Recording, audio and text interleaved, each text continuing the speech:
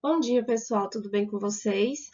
Bom, nós vamos dar prosseguimento ao conteúdo e na aula de hoje nós vamos estudar sobre as reformas protestantes, que fazem parte desse contexto de mudanças e transformações a partir do século XIII e XIV na Europa. Nós já vimos sobre o renascimento cultural e urbano e isso contribuiu também para que as reformas protestantes elas eclodissem em várias partes da Europa.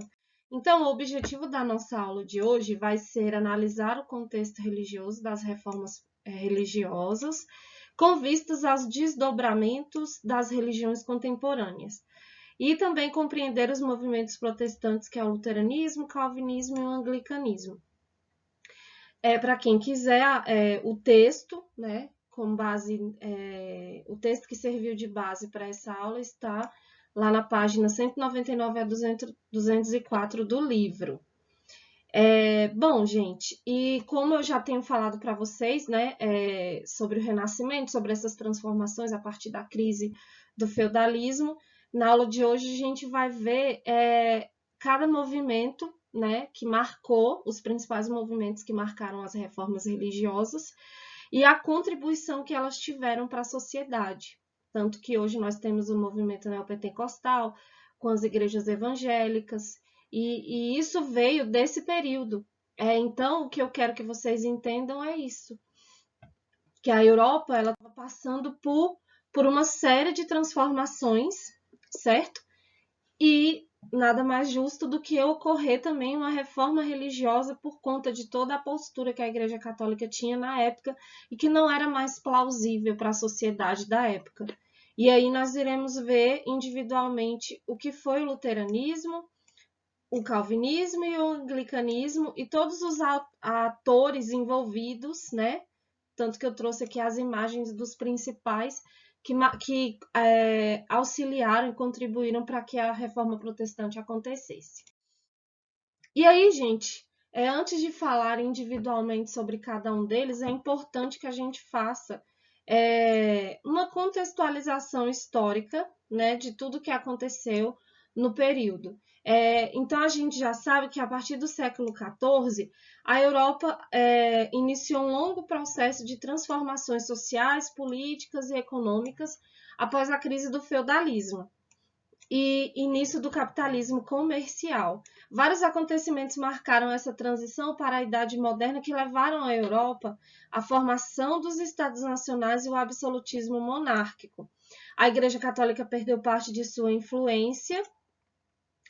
As práticas comerciais ampliaram e fortaleceram o contato da Europa com outras partes do mundo. E aí aconteceram os renascimentos comerciais, urbanos e culturais e mudaram a forma como a Europa vivia, né? E um novo grupo social se estabelece, um poder em ascensão que foi a burguesia.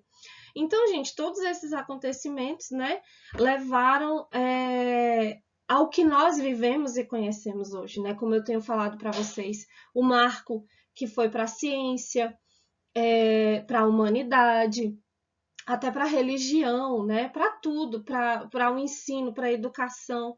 E a gente vive, né, ao longo desses 500 anos um intenso processo de transformação da sociedade, por conta de todos esses acontecimentos históricos. E aí, um deles, obviamente, foi o protestantismo, que marcou também a sociedade. Quem seguia o catolicismo e quem seguia o protestantismo. Então, vamos lá. O que levou ao surgimento dos movimentos da Reforma Protestante? Gente, os principais objetivos que levaram ao surgimento dessa reforma foram o fortalecimento das monarquias nacionais, a igreja perde espaço na política por conta do renascimento cultural e científico, interesses da burguesia, porque a burguesia ela tinha o intuito de enriquecer cada vez mais, de produzir riqueza, e isso era considerado como um pecado de usura pela Igreja Católica. Então, eles precisavam de uma nova ordem religiosa que pudesse apoiá-los nessa nova missão, que era a expansão do capitalismo comercial. E aí aconteceram crises internas também na Igreja Católica. Né? Os próprios bispos, os integrantes da igreja começaram a questionar o papel da Igreja Católica, porque não havia coerência com o que ela falava e com suas práticas. E um detalhe importante que nós vamos estudar ainda antes de acabar o ano, foi a formação das monarquias nacionais por conta, né, do ressurgimento das cidades e do fim do feudalismo. Então, nós vamos ter o que? A ascensão do rei. E aí a gente vai estudar em outro momento, mas isso também contribuiu para que a reforma protestante acontecesse. E quais foram os principais movimentos da reforma protestante? Os principais, galera, foram o luteranismo na Alemanha, com Martinho Lutero, o calvinismo na França, com João Calvino, o anglicanismo na Inglaterra, com o rei Henrique VIII, e a Contra-Reforma, né, que foi com a Igreja Católica, que foi, na verdade, uma resposta da Igreja com relação ao que estava acontecendo na Europa.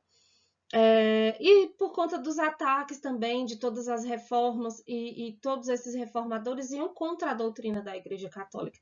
Então, foi um divisor de águas também essa reforma protestante. E esses foram os principais movimentos e os principais atores que protagonizaram essa reforma protestante. E aí, né, eu trago para vocês uma imagem de Lutero. Né? Quando tudo parecia perdido, um homem lê à luz de velas: o justo viverá pela fé. E aí eles trazem essa referência, né, de Romanos 1,17. E aí, o que eles falam? Que o justo viverá pela fé e que é pela fé, a salvação é garantida pela fé.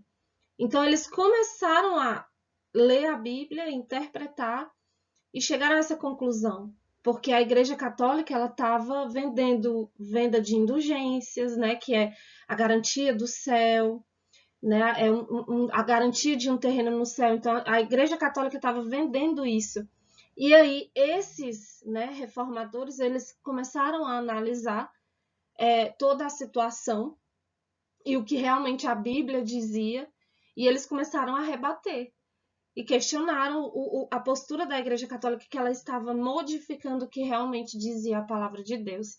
Então, uma das coisas que Martinho Lutero defendia era a salvação pela fé.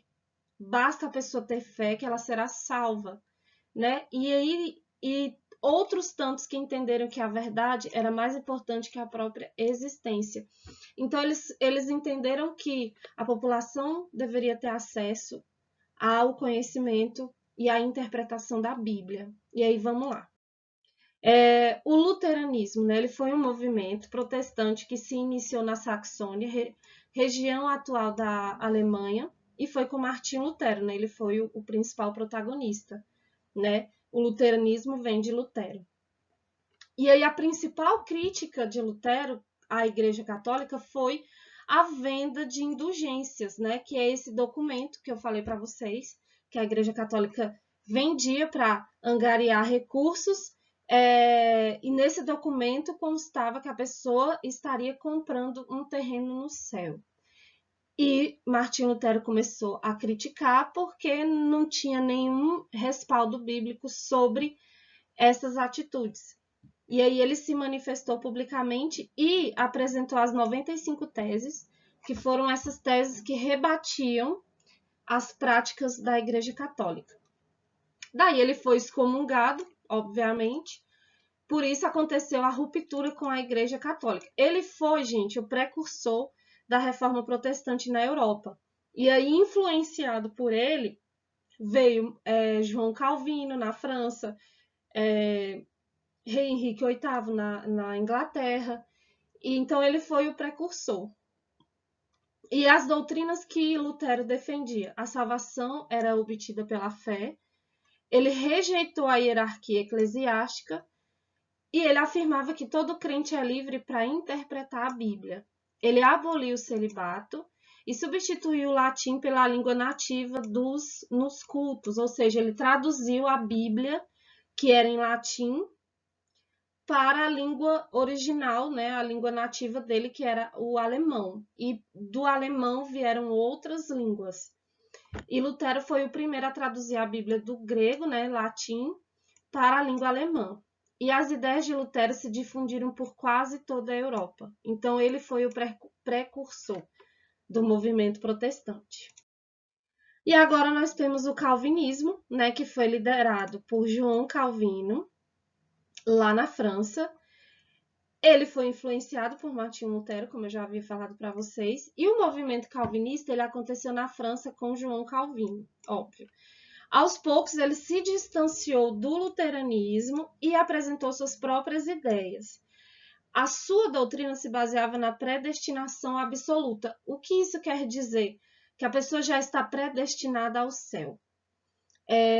Então, uma vez salvo, sempre salvo. E essa doutrina, né, da predestinação, Deus já havia escolhido, desde o princípio, os indivíduos abençoados com a vida eterna e os condenados à perdição. Outro sinal de escolhido predestinado era quem possuía riqueza e bens materiais, tanto que a burguesia abraçou a ideia do calvinismo, né, para difundir o capitalismo comercial como sendo uma dádiva de Deus, né, com a prosperidade econômica. Após a morte de Calvino, seus seguidores fizeram uma reinterpretação da doutrina e a riqueza e prosperidade passaram a ser vistas como sinais de graça, por isso que a burguesia se apoderou das ideias.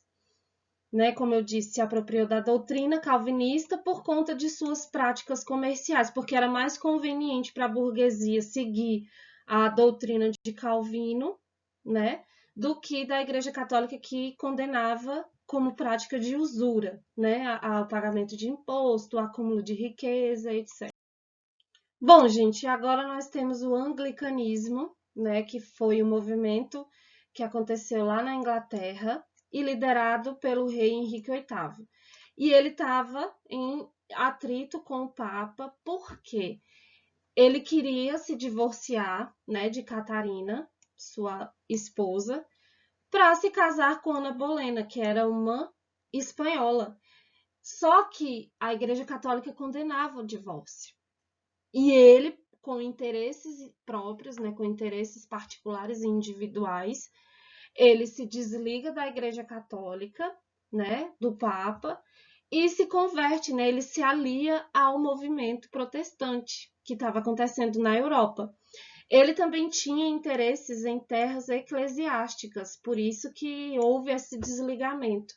E aí foi um ato de supremacia, né, gente? Porque ele criou a própria igreja, que foi a Igreja Anglicana, ele fundou a Igreja Anglicana, e ela tinha conteúdo protestante calvinista, né? Ou seja, seguia os ideais do calvinismo, que era a predestinação, a ideia da riqueza como sendo algo, né, que garantia a salvação, entre outras coisas, mas tinha-se ritual católico.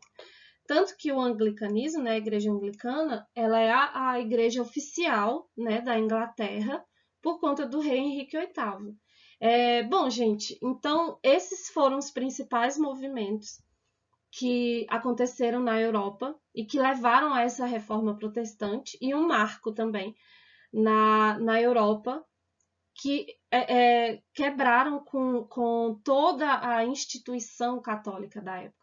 Não que a Igreja Católica não seja influente e forte hoje em dia, mas ela ainda exerce influência, só que não tanto quanto nesse período. Foi necessário todo esse movimento protestante para que houvesse essa divisão, né, da religião. E aí, qualquer dúvida, é só procurar lá no fórum. Eu até renomeei o fórum, tá? Fórum do terceiro ciclo M2. Qualquer dúvida é só procurar, perguntar.